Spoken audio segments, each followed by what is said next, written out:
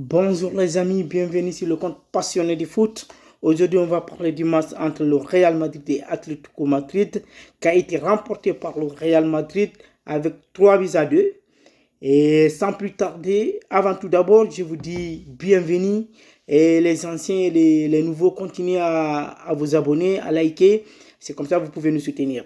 Allez, on va aller vite au sujet. On va commencer par le commencement, par le compo. Et le Real a joué avec un 4-4-2. Maintenant, l'air compo d'habitude. Et ça le va bien. Brahim Diaz est là comme un FO. Et il fait bien son travail. On va en parler. Et Atletico a encore joué le même système. 4-4-2. Ils ont joué le même système, les deux. Mais ça a été remporté par le Real Madrid. Et là, on va commencer dès les 10 premiers mi-temps. Les deux équipes sont rentrées dedans. Je pense que chacun a fait son mieux. Chacun qui il gagnait le ballon, c'est une occasion pour lui. Et les deux équipes, les deux premières 10 minutes, ils sont rentrés dedans. Après, le Real a poussé Atletico à reculer pour défendre. Et c'est là que j'ai aimé l'attitude du Real. D'habitude, le Real, quand on les presse beaucoup, ils ont peur, ils reviennent en arrière pour bloquer. Et sur ce côté, j'apprécie bien les jeux malgré les occasions des Atlético, mais ça ne les a pas poussés de reculer pour défendre. Plutôt, ils ont poussé à Atlético de revenir en arrière pour défendre. Et ça les a permis de circuler bien le ballon. Et on va parler d'abord avec c'est l'entraîneur. Et franchement, Albuera, franchement, je tire un chapeau pour lui. Et je pense qu'il y a 4 à 5 matchs là, il gagne successivement. Il a pu trouver un équilibre de l'équipe, le milieu et l'attaque et la défense. Malgré aujourd'hui, la défense est un peu bémol, mais on va en parler. Et il a vraiment trouvé un bon équilibre avec le milieu et les attaquants et les défenses. Franchement, ça c'est à son compte. On lui dit chapeau. Et malgré les absences, je pense, je peux dire peut-être, et c'est les absences qui l'a poussé à avoir ce système-là. Parce que franchement, on va parler un peu de Thiago Peter. C'est jeune. Aujourd'hui, malgré ses prises de balles, ses ballons au pied, il a perdu quelques matchs. Mais sans ballon, le, le jeune, c'est une chienne de garde. Sans ballon, il est trop fort. Il est partout. Il attaque. N'importe quel joueur a le ballon, il va sur lui.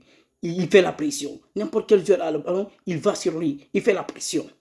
Et ça a été un match vraiment top. Et le Real, c'est ce qui a permis le Real, comme il montait tôt, et a permis à Atlético d'ouvrir le match, à marquer un but, franchement, chapeau, avec une deux, c'est un bon passement des armes. Avec ses joueurs, Simoni, il a bien donné la passe à Lookman, qui a bien réagi. C'est lui-même, moi je peux dire c'est une erreur de Rudiger qui a permis. Mais après, leur pression, et Brahim a pu donner un penalty à leur Madrid et Vinicius a marqué. Et après, le Real a le Real a marqué avec Valverde un beau but. Valverde, parlons un peu de lui.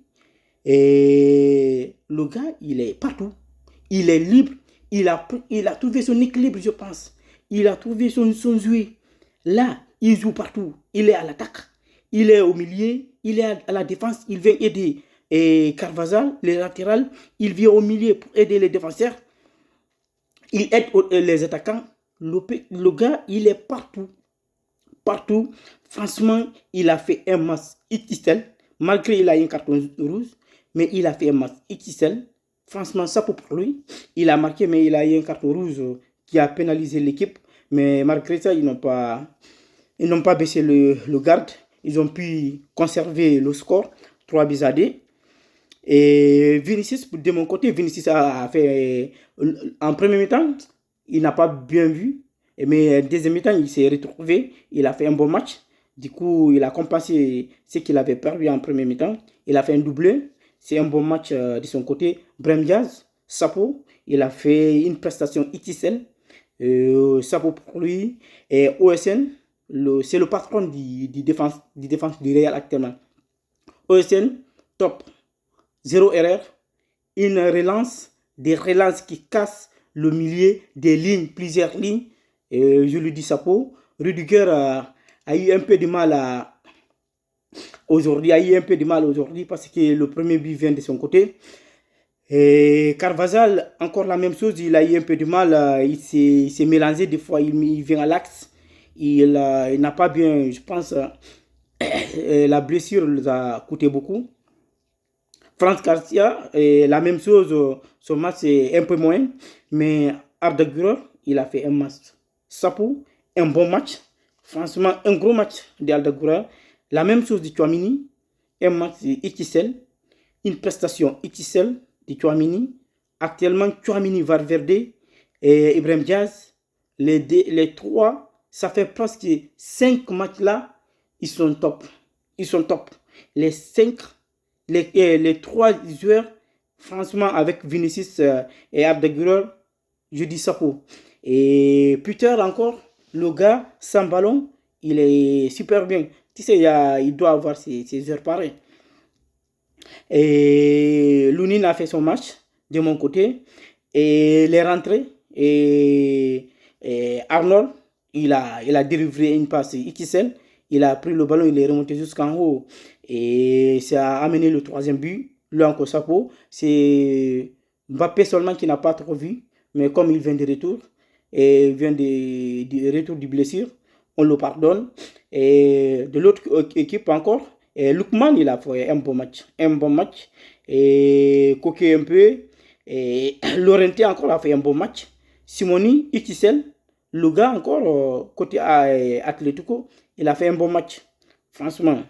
Et du coup, le Real met du pression sur le Barça. Toujours maintenant 4 points.